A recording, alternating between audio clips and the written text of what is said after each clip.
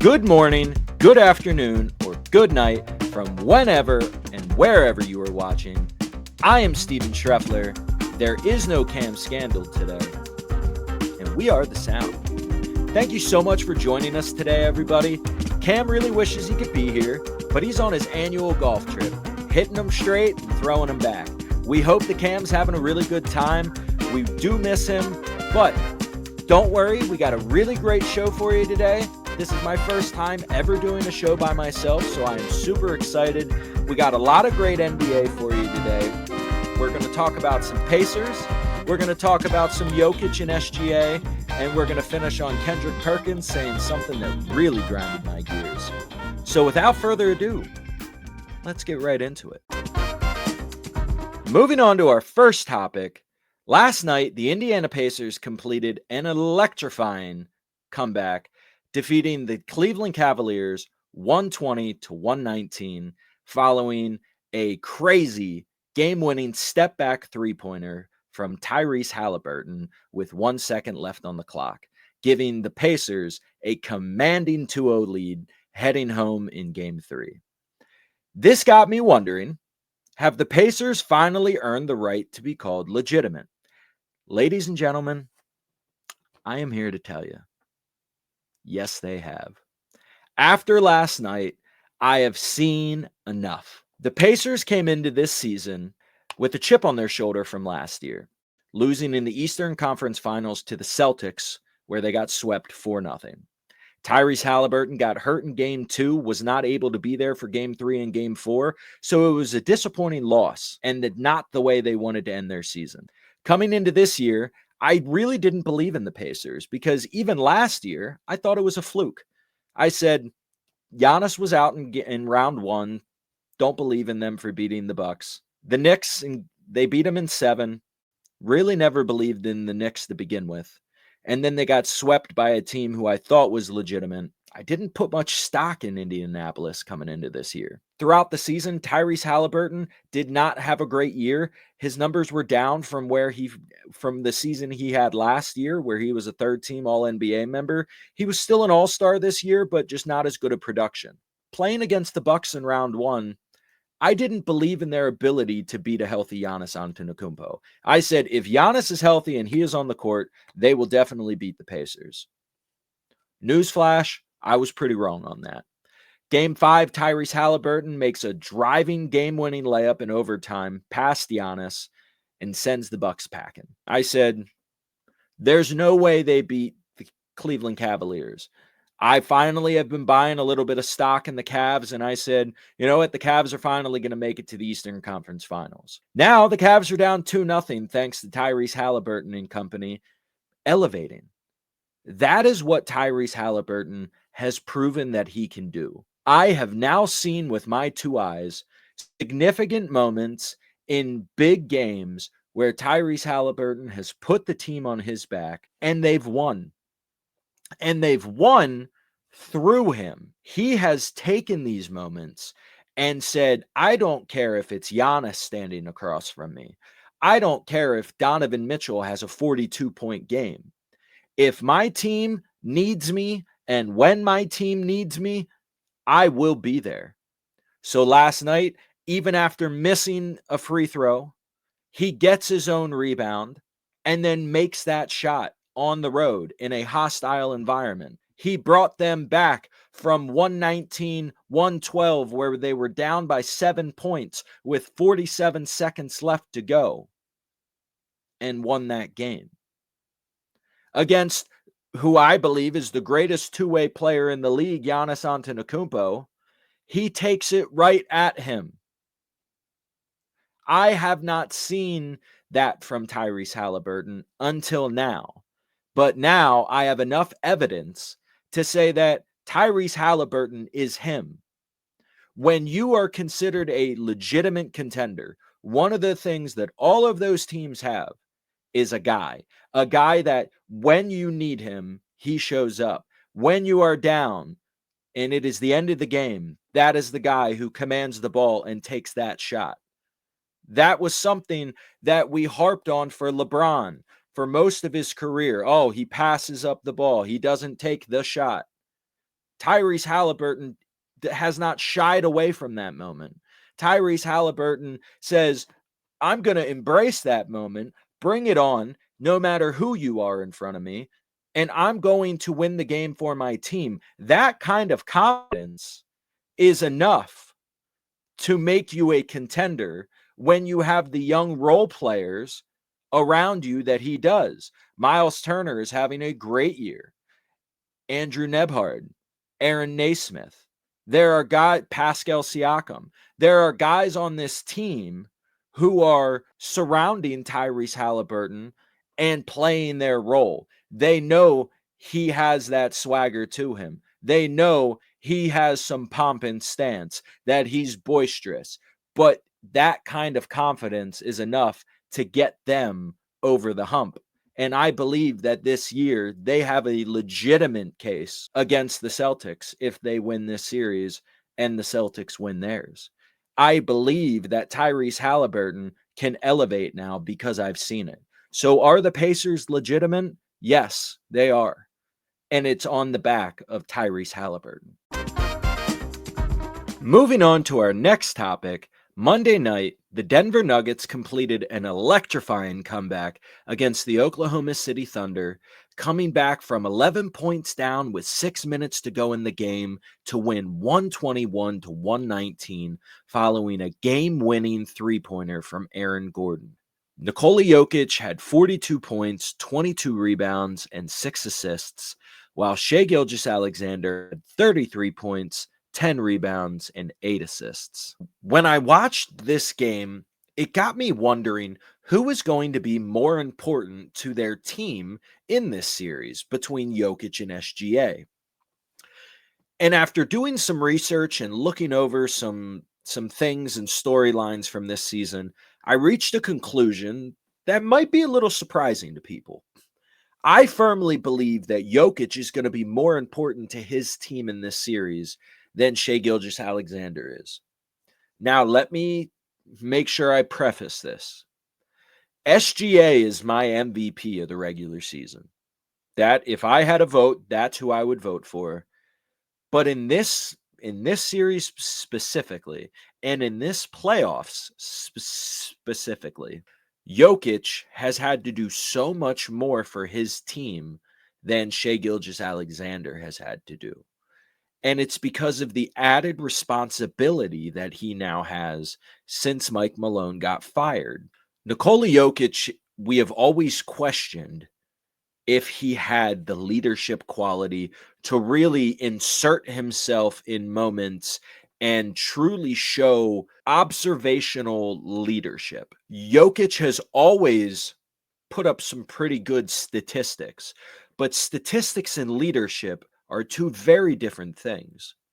And in these playoffs specifically, Jokic has had to do more as far as running the huddles and has inserted himself more in important and key scenarios during the game.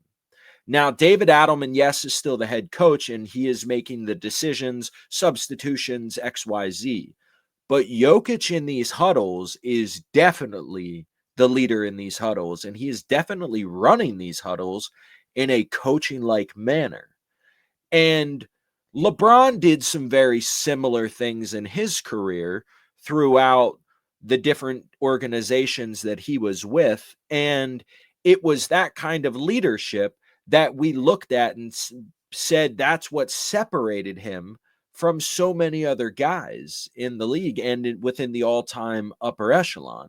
You have to have the leadership quality in order to be in that upper echelon of all-time players.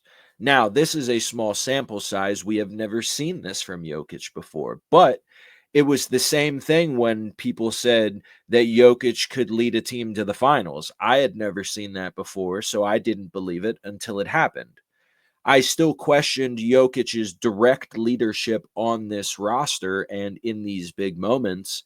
I always saw the stats. Stats are cool, but if you're not impacting the actual winning, then numbers are just that. Nikola Jokic has shown that no matter what adversity or doubts people have had about him, he's finding a way to prove people wrong. And this is just the next step up the ladder of his career. I have now visibly seen leadership qualities from Nikola Jokic. Now, they are up 1-0 as of the time of this recording. Game 2 is tonight. So I'm going to be very interested to see if he also shows the same kind of player coach-esque mentality in these big moments and in these big huddles, because that level of added responsibility and expectation that he has taken upon himself definitely separates him from SGA as far as who will be more important to their teams. So to me, Nikola Jokic is the most important player to his team in this series between the two because of the added responsibility that Jokic has decided to take on this year. Moving on to our third and final topic of the day, it is everyone's favorite segment, Soundbite. In case you forgot what Soundbite is where me and Cam react to something somebody said, a podcast, an interview, a post-game press conference. And recently, the guys on First Take and Stephen A. Smith were talking about LeBron James being asked if it is his duty to re-sign Luka Donic or help with that process, to which LeBron answered, "No, that ain't my job." So we're going to take a listen to something that Kendrick Perkins said that I have some pretty strong feelings about regarding this situation, and we're going to dive into it here in a little bit. But for now, let's take a listen. Perk, should LeBron feel some responsibility to recruit Luka to sign with the Lakers? Hell yeah.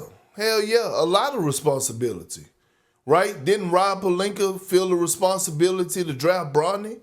Didn't Rob Pelinka feel the responsibility to hire J.J. Redick, right? Which was a LeBron James hire as well.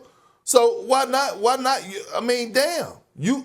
They scratched your back. You can't scratch theirs. And you're talking about Luka Doncic. And correct me if I'm wrong, Wendy, but hasn't LeBron been on record saying that Luka is the one player before he got to the Lakers that he would love to play with? Like he loved Luka Doncic's game? Matter of fact, didn't he want Luka to be somewhat of a, under his brand as for a signature shoe? Correct me if I'm wrong here. Hell yeah, you got to help the Lakers. Yes, you should be a part of it. The Lakers has done everything and more to please LeBron James, from firing Darvin Ham to trading away key pieces to get Russell Westbrook in. That didn't work. You shipped Russell Westbrook out. He became the scapegoat. Draft comes. You sign Bronny. You draft Bronny James. You sign him to a contract. You guaranteed all across the board. Kudos to that. But then you get your coach in J.J. Redick, who you started a podcast with. You damn right he should be in the process and help the Lakers for us getting Luka to resign back. All right, well, there you have it. Kendrick Perkins. I'm just going to get right into this because I firmly disagree with this, all right? It is not LeBron James's job or responsibility to help with the process of re-signing Luka Doncic. LeBron James is not the reason that Darvin Ham got fired. Darvin Ham got fired because he got swept in the Western Conference Finals by the Nuggets and then lost in 5 to the Nuggets the very next season in the first round. It was time for a change because there is a standard of excellence when you are the coach of the Los Angeles Lakers, first of things foremost. Second off, J.J. Redick, the rumor of him potentially being a coach did not just come out of nowhere. That was not news. We had heard rumorings of that before J.J. Redick and LeBron James got a podcast together. Now, I always try to help my friends out no matter what I can. Who cares if LeBron put a good word in for J.J. Redick? At the end of the day, Jeannie Buss and the Buss family still have to interview J.J. Redick and make that decision themselves. So I don't buy the whole, oh, you got your buddy hired. Maybe it had something to do with it, but typically at any job, if you know somebody and they put in a good word for you, if you're applying, it looks good on you. So I don't know why he's making a big deal about that. As far as Bronny is concerned, we all knew that whoever drafted Bronny, there was a chance that LeBron was going to go sign with that team and end his NBA career with his son Bronny. So the Lakers using that pick on Bronny was a smart decision. They said, you know what? We don't want to roll the dice with LeBron potentially leaving. Let's draft him. And as far as the guaranteed money, get out of my face with that. That's between Bronny, his agent, and the Lakers. If the Lakers decided to do that, that's on the Lakers. That is not LeBron James. I am tired of people thinking that LeBron has some otherworldly influence on these organizations. He doesn't. It's not true. The Lakers have already said that they are moving forward with Luka as their franchise piece of the future. LeBron James is okay with that. He knows that. He has said that. And he has essentially handed Luka the keys to the franchise and said, I'm tired here. It's your time. I'm tired of always being the one to have to do it all for our team. So you know what? It is not LeBron James, the 40-year-old's job to help make the decisions for the guy that doesn't have to re-sign until the 2026-2027 season. LeBron doesn't even know if he's playing past the next year. So why are you trying to get him to help influence that decision when earlier in February, you went behind his back and made a trade in the dead of night, moving Anthony Davis to the Dallas Mavericks for Luka Doncic without even consulting LeBron, without even talking to him about it? You took his friend on the team, a guy who he was very close with, and shipped him out overnight without talking to him. Why do you feel like he owes you something after you've made it pretty clear that your organization is going to make decisions without his opinion? Why then do we expect him to want to help re-sign Luka? He already said he knows how I feel about him. Luka knows how LeBron feels about him. LeBron's not the kind of guy to treat him poorly. That's not who he's ever been. He's not going to brush him off like Aaron Rodgers did with Jordan Love and say, oh, it's not my job to mentor him. I guarantee you LeBron and Luka have already had a phone call. But it's not something that LeBron needs to blast into the public media and put out there for everybody to see. This is Luka's career. Luka is going to be the face of the Lakers going forward. LeBron doesn't need to be influencing that decision whatsoever. That's between the Lakers and Luka Doncic. LeBron has been asking for help for years. This is nothing new. LeBron and Anthony Davis both went to the NBA ownership privately and asked them to use some of their picks they acquired to go and get them help. They didn't do that. Then they turn around and trade away Anthony Davis in the dead of night without talking to him, and they go and get Luka Doncic. So they've already clearly shown that LeBron's opinion doesn't sway them as much as the general John Q. public thinks it does. So why then should it be his responsibility to help re-sign Luka? Luka already says he's excited about playing in LA. The NBA community in Los Angeles has already embraced him. The fan base loves him. If Luka wants to stay, Luka will stay. So no, it is not LeBron James's job or responsibility to recruit Luka Doncic. That falls on Rob Pelinka. Well, that's going to do it for us today, guys. Thank you so much for joining me with my first solo show. I hope you guys learned something. Let me know down below if I'm dumb. Comment, like, subscribe on this video. Go to our page, follow us on Instagram, subscribe on YouTube.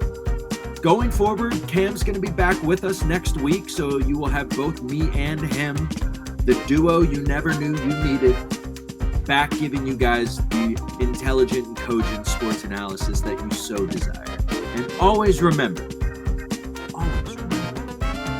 if you are ever in need of intelligent or cogent sports analysis, we will always have you covered. Thank you so much for joining us. Be safe. Take care. We'll see you next time. Listen to the sound. I listen to the sound.